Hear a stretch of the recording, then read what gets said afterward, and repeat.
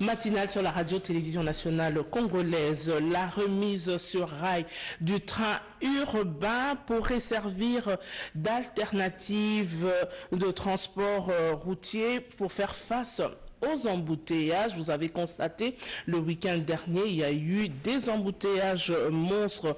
Mais quel est l'état de nos voies ferrées et de nos gares? Eh bien, nous avons tenté de faire un état des lieux, la gare de Kimwenza. La vision du chef de l'État accorde une part importante à la redynamisation du secteur de transport pris dans sa diversité, routier, ferroviaire, lacustre et aérien. Dans le secteur routier, circuler à Kinshasa est devenu un véritable cauchemar. Des embouteillages qui n'en finissent pas à la longueur de journée. Il est temps que les pouvoirs publics pensent à redynamiser le transport ferroviaire pour désengorger Kinshasa. Ceux qui viennent de Congo central ne sont pas obligés de prendre la nationale numéro 1 pour rejoindre Kinshasa. Ils ont la possibilité d'embarquer à bord d'un train Matadi-Kinshasa en passant par la gare de Kimwenza. Même ceux qui habitent les communes environnantes peuvent descendre sur la ville par train. Mais existe-t-il encore des engins pour desservir comme il se doit? L'état des lieux de nos gares sont encore viables? Non, c'est le cas de la gare de Kimwenza. Non seulement elle vit sous la menace des érosions et des constructions anarchiques, mais aussi un renouvellement pur et simple. Esika oyo tre ngunduka elekaka nyonso zomonango eza likolo. Natina nini po na mabele oyo eninganaki awa esali érosion ya makasi. Impossible que les trains passent par ici. L'érosion a ravagé cette voie ferrée. Que les autorités accordent une attention particulière pour une intervention rapide. Face à un tableau aussi sombre, désolant, il devient impératif de concrétiser au plus vite le projet de réhabilitation initié par le ministère des Transports et Voies de Communication. Un vieux projet qui était porteur d'espoir pour la population environnante. Je disais tout à l'heure, à Kisangani, on parle détournement de biens de l'aéroport international de Bangoka. Le premier suspect, c'est le commandant de l'aéroport qui est aux arrêts en ce moment. Et explication avec Fifi Mukundi. L'aéroport international de Bangoka de Kisangani se vide de ses biens. Une mission d'audit interne est déjà à pied d'œuvre pour tirer les choses au clair. Parmi les biens disparus, nous avons les dons de la MONUSCO, les biens que nous a légués la MONUSCO, et puis nous avons les biens dont a été doté l'aéroport dans le cadre du projet prioritaire de la sécurité aérienne. Cette délégation dépêchée par le directeur général intermédiaire de la régie des voies aériennes, William Pambou, entend procéder selon les règles. Laissons la justice faire son travail. Le commandant d'aéroport ou l'ex-commandant d'aéroport a reçu sa suspension aujourd'hui et il est sous mandat d'amener. Et comme ici tout le monde est décidé à suivre la vision du chef de l'État, d'établir un état de droit, nous avons confiance en la justice et nous savons que la RVA rentrera dans ses droits. Outre ces détournements, les agents et cadres de cécité aéroportuaires ont désagréé des salaires de 70 mois. Une situation qui préoccupe l'actuel staff dirigeant de la régie des voies aériennes. Voilà ce qui justifie les échanges entre les comités de discipline et les syndicalistes. Les pavillons du marché central ont été démolis il y a plusieurs jours, mais jusque-là, rien n'est encore fait. Le conseiller principal du chef de l'État en charge des infrastructures est passé par là pour s'en rendre compte. Plus d'un mois après la visite du chef de l'État, Félix-Antoine Tshisekedi Tshilombo, au marché central de Kinshasa, son conseiller principal en charge des infrastructures, David Moukeba, se rendu sur place pour se rendre compte de l'évolution du chantier. David Moukeba a constaté que les travaux n'avancent pas comme prévu. Il faut que l'hôtel de ville de Kinshasa mettent des moyens pour débuter effectivement les travaux tels que souhaités par l'autorité suprême. Et pourtant, la fermeture de ces marchés a entraîné le chômage dans de milliers de familles qui ne savent pas à quel sein se vouer. Ils sollicitent l'intervention du chef de l'État pour la solution palliative Zidouane. Félix Tshisekedi na souci ya koyeba makambo ezosalama awa nde atindi biso. Le chef de l'État nous a délégués pour se rendre compte de l'état d'avancement des travaux sur terrain. C'est dans cette optique que nous demandons aux autorités de la ville de mettre tous les moyens possibles pour respecter la durée de ces travaux.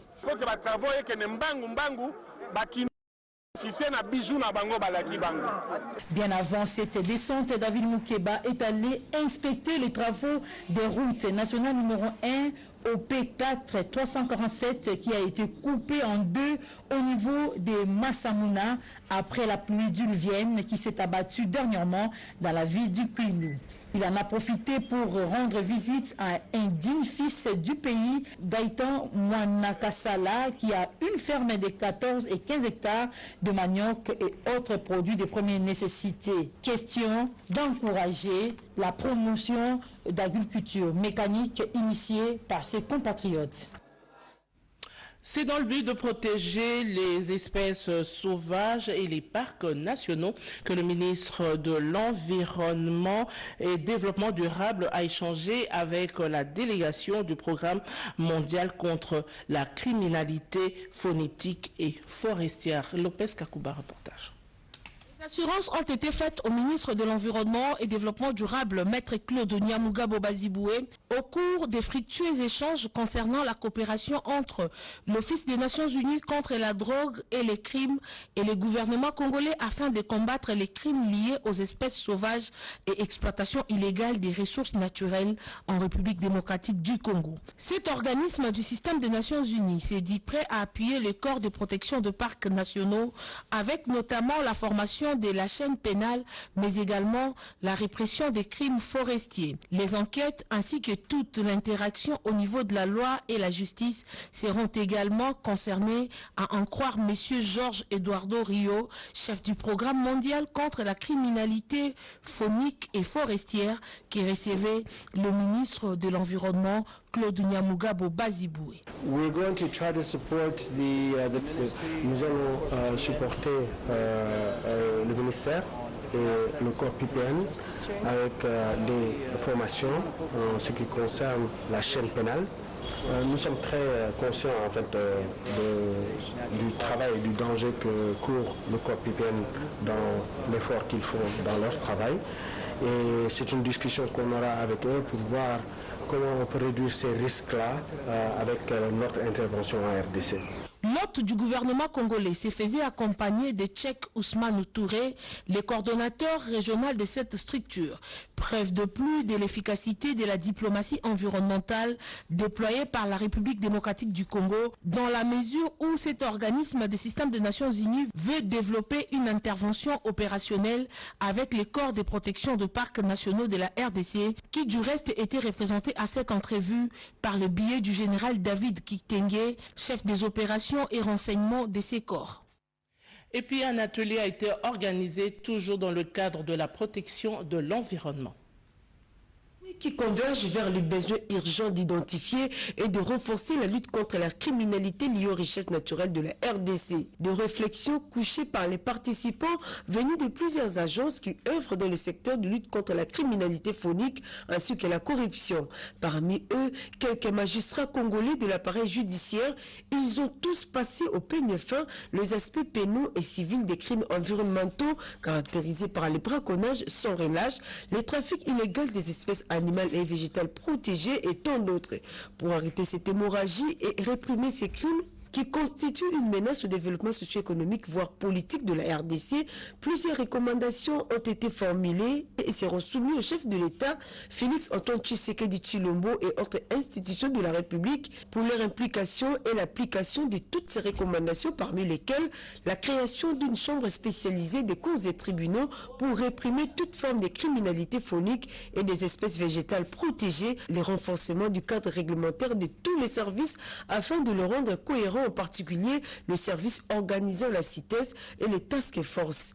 Le renforcement de la formation uniformisée des agents des services impliqués, la réforme législative pour permettre le renforcement des services impliqués dans la lutte contre la criminalité liée aux espèces sauvages par les fonds de confiscation et amendes infligées aux criminels. La CITES touche à la diplomatie et à la sécurité. Et surtout que la CITES doit jouer les rôles de coordination interservices sous l'autorité du parquet pour donner la force à ce travail de coordination que doit jouer l'organe de gestion CITES interservices, mais sous l'autorité du parquet, parce qu'en ce qui concerne les poursuites, c'est le parquet qui en a le leadership, le monopole des poursuites. Donc là, l'ordonnance est la bienvenue comme l'a été recommandé.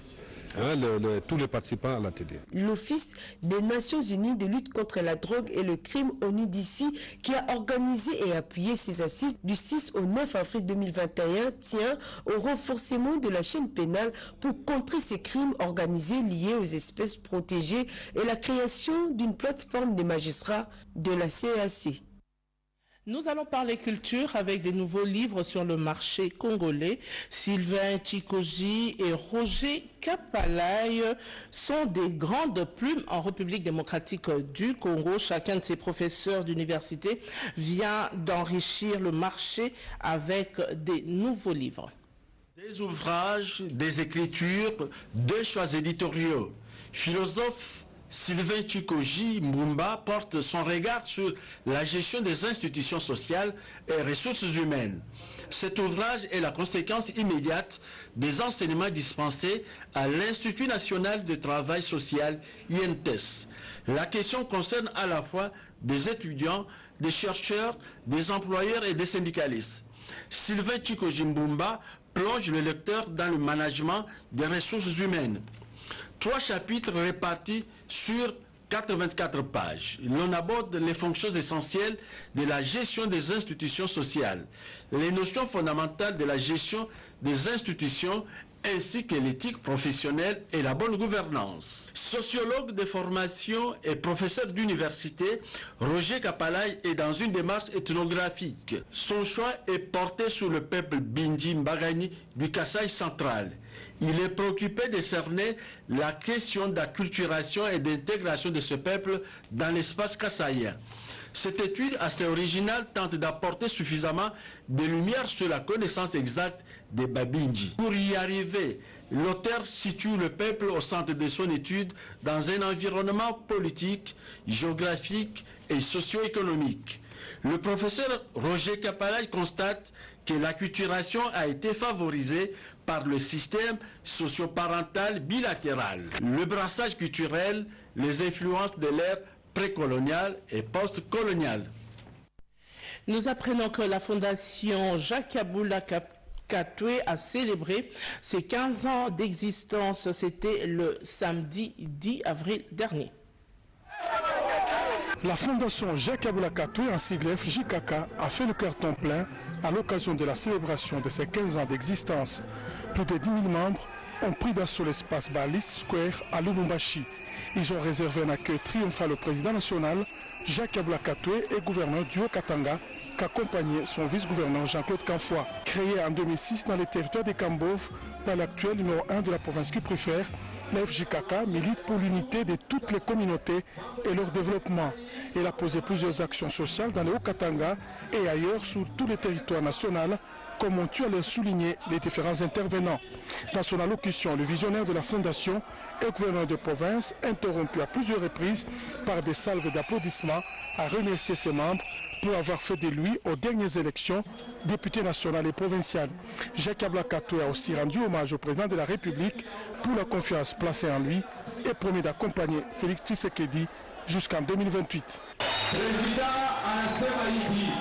Le président a dit ceci: Monsieur le gouverneur, je vois le travail que tu abats, tu travailles pour la population, continue jusqu'en 2023, de 2023 jusqu'en 2028.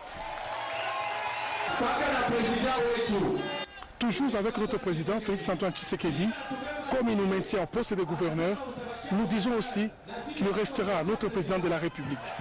Après la présentation des invités, les membres de la Fondation ont offert des présents à leur tuteur affectueusement appelé Wandani. Un don du questeur du Sénat, Carole Aguito, a été remis à l'évêque de Bouta par son représentant. C'était au cours d'une célébration eucharistique.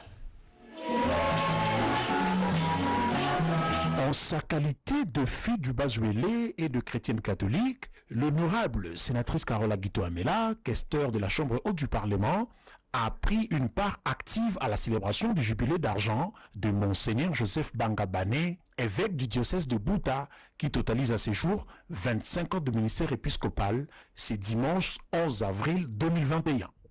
Retenu à Kinshasa pour des raisons d'État, l'honorable Carole Aguito Amela s'est fait représenter par son chargé de mission, M. Albert Ekolomba Yoko, qui avait la lourde responsabilité de transmettre les félicitations du questeur du Sénat à l'évêque Joseph Banga. Prenant la parole, l'honorable Nestor Ngonda, président du groupe provincial du Bazuélé au Sénat, a présenté les différents cadeaux venus de Kinshasa, dont celui de l'honorable Carole Aguito Amela. L'honorable Aguito Amela Carole, questeur du Sénat, a envoyé entre les mains de son chargé de mission une enveloppe de 10 000 $. En plus, elle a ajouté 500 pièces d'épargne pour la mission du Monseigneur auprès des femmes. C'est pour répondre à l'appel de Philippiens chapitre 1, versets 3 à 5, que l'honorable Carole Aguito apporte son soutien à l'œuvre de l'évangélisation et à l'annonce de la bonne nouvelle aux côtés du diocèse de Bouta. Religion toujours, un culte spécial en mémoire du prophète fondateur de l'église kimbangiste a été organisé à l'église écluse de Tataonda. Serge Mata nous en parle.